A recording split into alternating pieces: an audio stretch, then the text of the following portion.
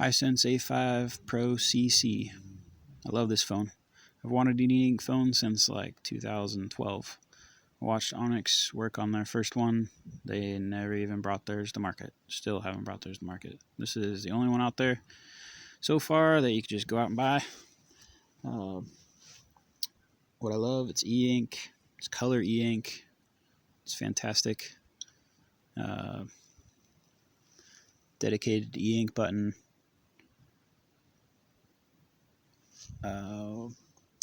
It's unlocked Android 10.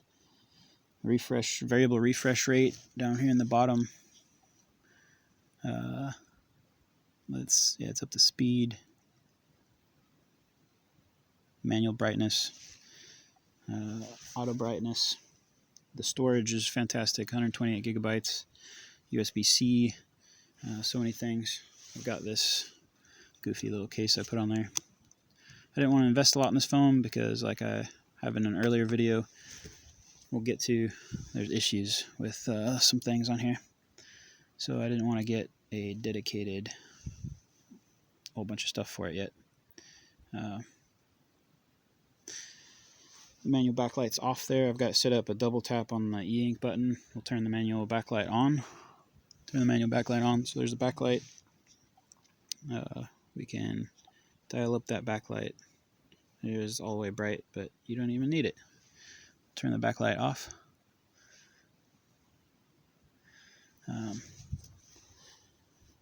So that's the things I love about it. I want to love this phone so bad, but some huge issues. Probably the biggest issue right now is I can only get 3G AT&T at home.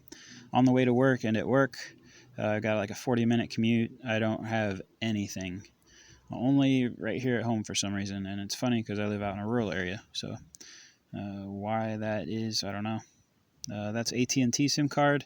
I tried T-Mobile. All I get is 2G at home. The 2G stops again when I leave home and I go to work, and while I'm at work, 2G, I don't even get any service on T-Mobile. I've tried a Verizon SIM card in here. It's not working. So no cell service. I know that the bands on this are limited compared to like some other phones. It's only got bands 1 and 2 for 4G LTE, which are like 1900 and 2100.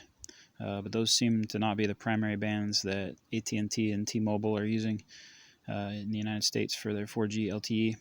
They're using the other two. So you can get some service on this sometimes, but I don't know who's going to use this where. Some other big issues are Google Play. I'll talk about the workaround later. I've got some Google services working on here right now. Chinese, so you'll get some crazy Chinese menus every now and then that'll pop up whenever you try to use a keyboard on here. The keyboard's kind of funky. It's got like it's like made for a Chinese person,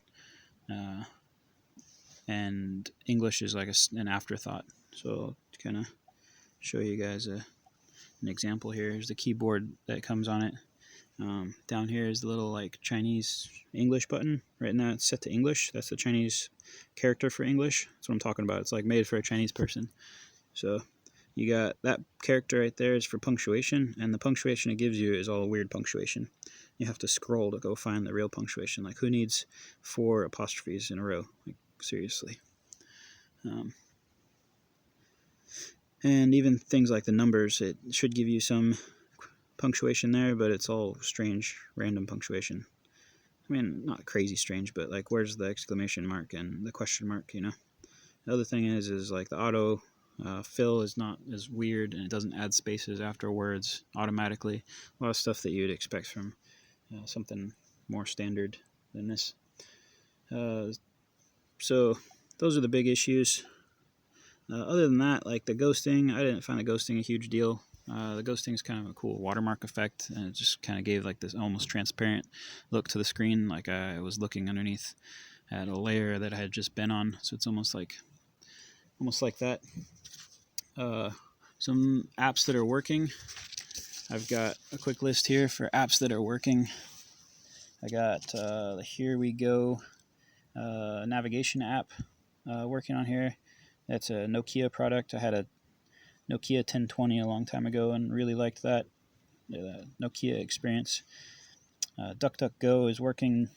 Firefox is working. 2Accounts is working. F-Droid App Store.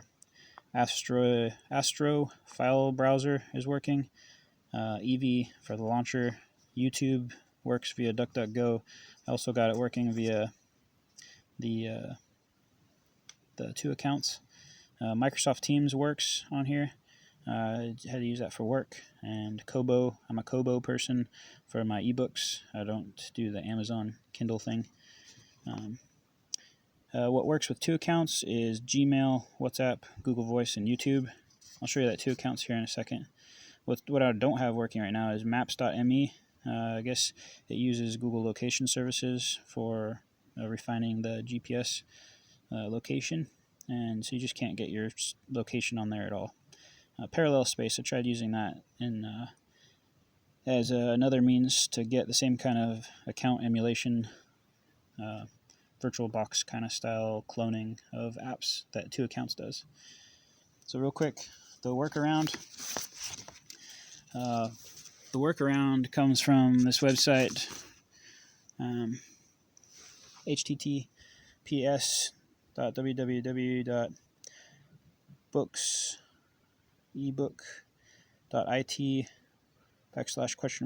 Papa equals 83. I'll have that in the description. What you need is you need Android debug bridge on your computer. I used Linux from the command line and fast boot. The general steps are like you disable the Chinese trackers with ADB from the command line on your computer. You set a new launcher. You install Google services in order by APK they have on there. You register your Google account on the phone. You install the Google framework in order that they have on there. You use the 2Accounts to clone apps, and then you log into them with your Google account through the 2Accounts. So you're going to need ADB, set up the developer mode on your phone by going into About Phone, triple tapping on your kernel version to enter developer mode, and then you set it up to debug on your computer. You have to sideload everything by APK. I used APK Mirror and APK Pure. You can use a lot of web-based things, like web-based Gmail and YouTube works. Before you start this whole process, from this website, I suggest sideloading an APK app, like I used Astro for file managing, because unless you want to use the native Chinese browser to sideload your APKs, I just sideloaded Astro before I started, because that process of disabling trackers takes away a couple things. It takes away the native file browser, and it also takes away the native phone app. So in here, 2Accounts works pretty good for my Gmail, Google Voice, and WhatsApp and YouTube. I run my Google Voice out of Firefox also. I downloaded a light non-tracking camera and DuckDuckGo. I've got Anki, Droid, flashcards, and a couple app stores that work pretty good. I downloaded a calendar, downloaded a new camera, had to download a new dialer from F-Droid.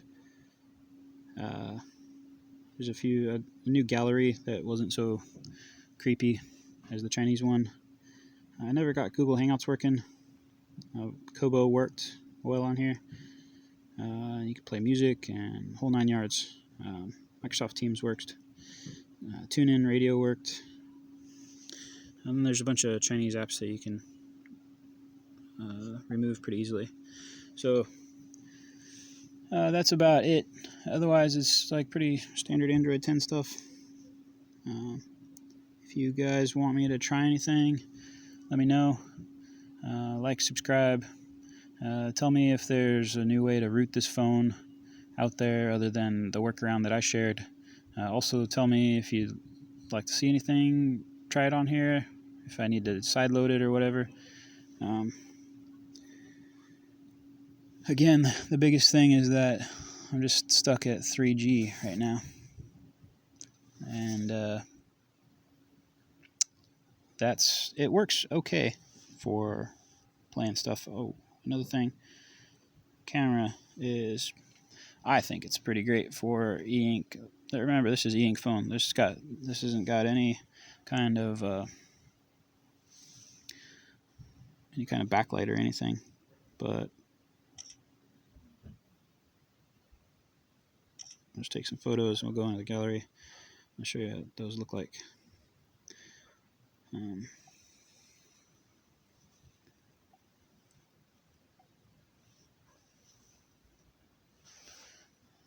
Like, it's pretty fantastic for color e-ink. I mean,